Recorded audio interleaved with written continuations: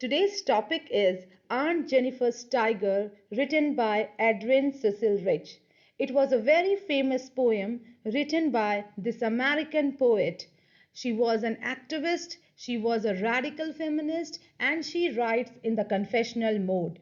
That's why I have presented the poem in a pictorial form. I have inserted few pictures to let you know the thematic excellence of the poet.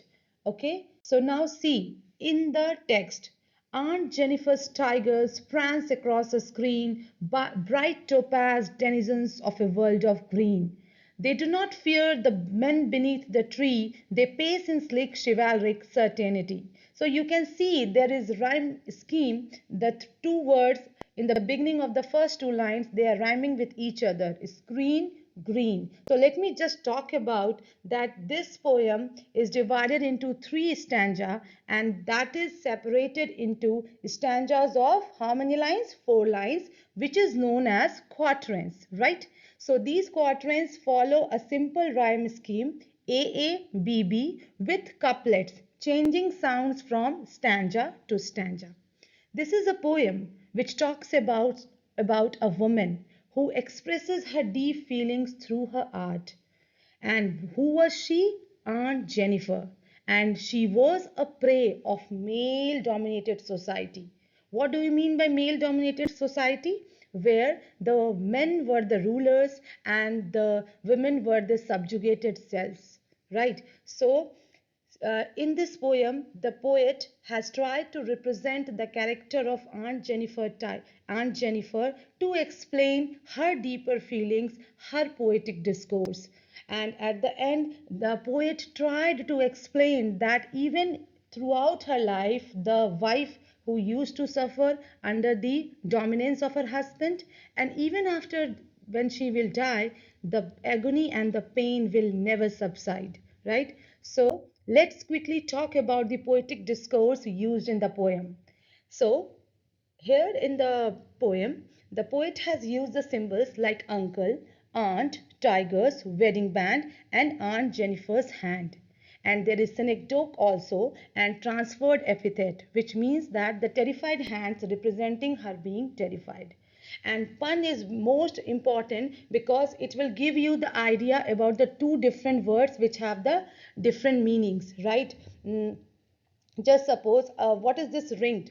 A ring in her finger which sits heavily on her, and difficulties which will always surround her. So you can see that the one word is having two interpreted meanings here. Okay, and now what is the irony in the poem? A weak and submissive woman weaving a picture of tigers that are strong and fearless. Yes, so that was her inner desire to have the life without any fear. Okay, so this is a part of irony presented in the poem. Now, brutal tigers are depicted chivalric, and the cultured man is depicted as an oppressor. So this is the irony. We are just talking about the male dominated society and why this man has been compared to as a cultured man and as a chivalric, that refers to the knights who were very much known for their moral values.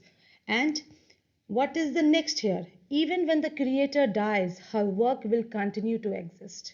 This is what we call that posthumously they got famous, and even after their death, their expressions and emotions will never die. Now, I will also try to point out the contrast that the characteristics of Aunt Jennifer and that of the tiger, it's very much showing the contradiction like a binary opposition. Now, alliteration like fingers fluttering. There is a repetition of the sound of F. Okay, the letter F. Now, imagery, when we talk about its bright topaz denizens in the world of green, men beneath the wedding band sits heavily. So you have to imagine these things with the words used by the poet, right? So now at the end, I just want to say that this lesson summarizes the poetry of Adrienne Rich to explore the thematic and technical excellence with an objective to solve the hidden problems of mental traumas and their nuances that exist within the four walls. It also draws attention towards domestic violence and suggests some solutions for the upliftment of women's position in the contemporary era. Why we are reading a work of art? To get some moral values.